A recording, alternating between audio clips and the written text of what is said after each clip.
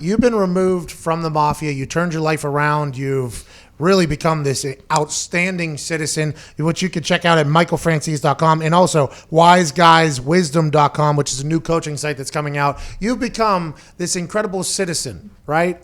Is the mafia still around? And do you ever have any fear with how you've come out and told stories about it? I've seen enough movies where it seems like if anybody talks about it, they end up as a dead man. You have gone on and told these incredible stories about your life. Does the mafia still exist as much as it did back in the day or at all? And are you ever fearful of your life?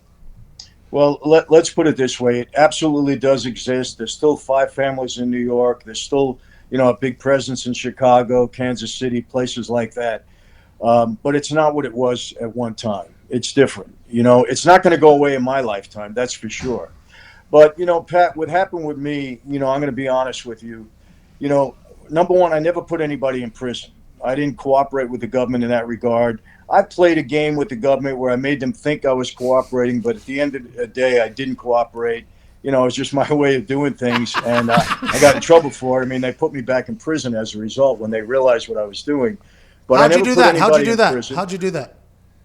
Well, just making them think. I mean, I talked to them, make them think I was going along. But when they wanted me to testify, I refused. And, it was a whole big rough time in my life, So, I mean, I never hurt anybody in that regard. And, the thing that happened, Pat, everybody that I ran with, everybody is either dead or in prison for the rest of their lives.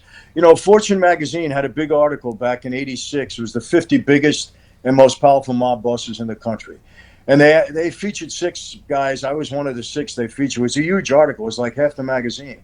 But they actually had a chart with the 50 of us on there according to rank and wealth and power. They had me down as number 18. I was the youngest guy on the list. I was 5 behind Gotti at the time. Gotti hadn't been made boss yet. But that's not important. It's a silly list. I mean, I always say, how did they make? They didn't ask for our tax returns. I don't know how they did it. But it sold a lot of magazines. But here's the thing that's fascinating, and that that keeps me aware of how fortunate and how blessed I am. Out of the list of 50, 33 years later, 49 are dead. Jeez. 49 are dead, and I'm the only one that survived. So when you look at that, you say, well, man, how did that happen? Well, obviously, I'm a person of faith, so I believe God had a different purpose for me. But, aside from that, when I left that life, one of the horrors of that life, Pat, and unfortunately I witnessed this during my time, you can make a mistake. Your best friend picks you up, walks you into a room. You don't walk out again. That's it. You're gone.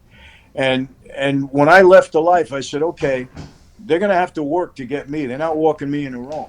So I moved to California, 3,000 miles away. I changed my whole lifestyle. What do I mean by that? I didn't walk my dog every morning at 7 a.m. I don't create patterns in my life. I didn't go to the same restaurant every Tuesday night. So if somebody was scoping me out, they know where I am. I stayed out of clubs. Clubs used to be my life. I was 6 nights a week in a club. That's how I lived. But bad place for me because, I know who hangs out in there. Somebody recognizes me. They make a call to New York. They want to be a hero. I walk out in the parking lot. Boom, I'm gone. So, I mean, I did all of that. I was very disciplined in that way. And then over a period of time, I just outlasted everybody. I mean, that's the bottom line. And, they don't have an axe to grind with me right now. I mean, I can't go back to Brooklyn and say, hey, guys, I'm moving back into the neighborhood. I believe in God, but God doesn't tell you to be stupid.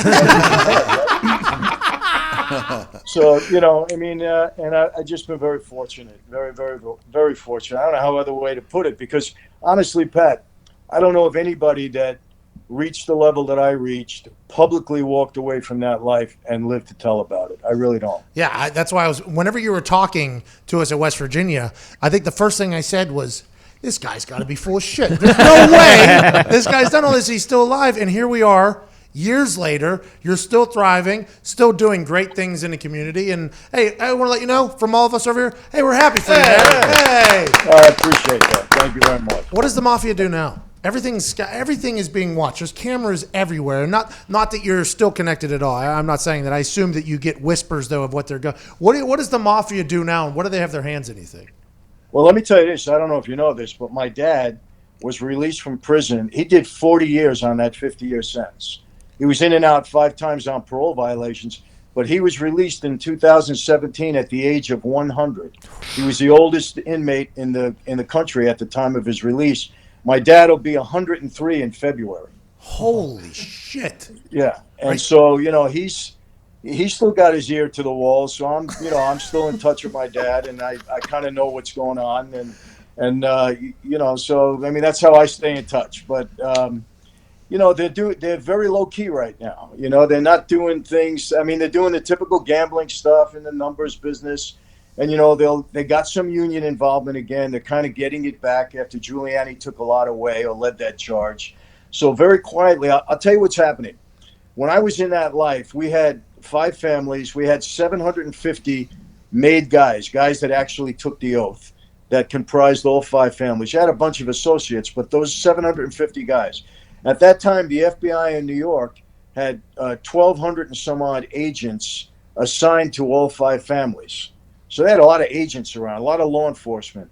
Today, same 5 families, there's less than 100 agents that are monitoring all 5 families. Because why? Now they're into terrorism and cyber, crime and all that kind of stuff. So what's happening now, I believe, is that the mob is building up again, slowly, quietly. They kind of went, underground a little bit. You don't hear about them as much. You don't read about it as much. But trust me, they're still there. These guys are very resourceful.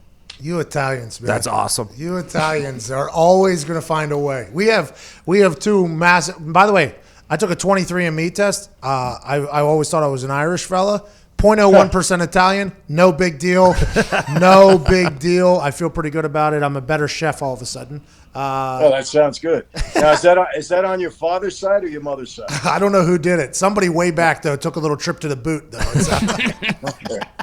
Because in order to be inducted in the family, your father has to be Italian. So your is mom that could be of another descent, but your dad must be Italian. okay? And that's how you can only become a made man, right? You can be an associate, but your father has to be Italian.